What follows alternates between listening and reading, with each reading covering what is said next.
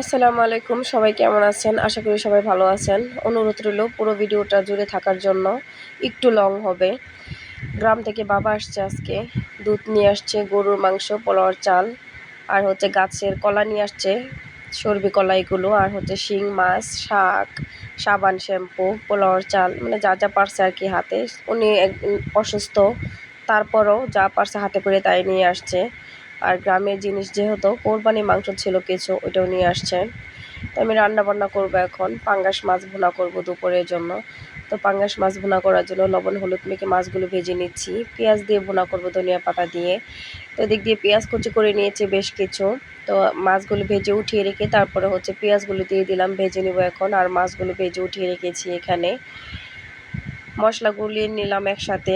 পেঁয়াজ ভেজে মশলা দিয়ে এখন সুন্দর করে কষিয়ে নেব, কাঁচা ফ্লেভারটা চলে যাওয়ার পর্যন্ত কষিয়ে নিলাম। মশলা কষানো হয়ে গিয়েছে। ভেজে রাখা মাছগুলো দিয়ে দিলাম এখন। দিয়ে ঝোল দিয়ে দিলাম।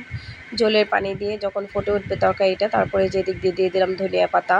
লম্বা যে চাশনি ধনিয়া পাতাটা ছিল ওইটা দিয়েছি। এটা একটু সিদ্ধ হতে টাইম লাগে। তো ধনিয়া পাতা দিয়ে দিলাম, দিয়ে সুন্দর করে তরকারিটা জাল করে নিলাম। পেঁয়াজ দিয়ে ভুনা করেছি, যেহেতু 2 বেলা খাওয়া হবে এক তরকারি দিয়ে, তাই আর কি একটু ঝোল রেখেছি, না হলে ভাজা ভাজা করতাম। তো আর একটু শুকালে খাওয়া যাবে না 2 বেলা। তো এখন যেহেতু সবজির অনেক দাম, তাই আর কি এইভাবে কোনো রকম করে খাইতে হইতেছে আর কি। তো খাওয়ার জন্য আর কি রান্না করে নিলাম। তরকারিটা মাশাআল্লাহ আসলে দেখতে অনেক সুন্দর হয়েছে। ভিডিওটা ভালো লাগলে লাইক কমেন্ট শেয়ার করবেন।